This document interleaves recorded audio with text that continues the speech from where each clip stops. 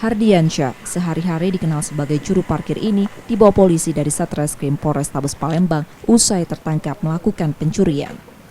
Tertangkapnya tersangka setelah polisi memburunya yang sedang bersembunyi di kawasan rumah susun Jalan Radial 24 Ilir, Palembang. Pada polisi, tersangka mengaku mencuri bersama temannya yang sudah lebih dulu tertangkap dengan cara memasuki rumah korbannya yang ditinggal, kemudian mengambil barang-barang korban yang dapat dijual. Mengangkat kursi dari luar ke mobil. Apa yang kamu pakai? Kursi itu lah.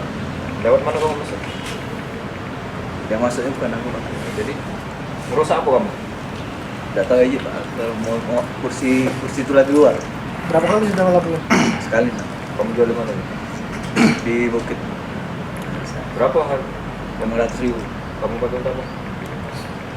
Untuk jajan. Untuk proses hukumnya, tersangka ditahan di tahanan Polrestabes Palembang. Yudi Kiswanto, Kompas TV Palembang.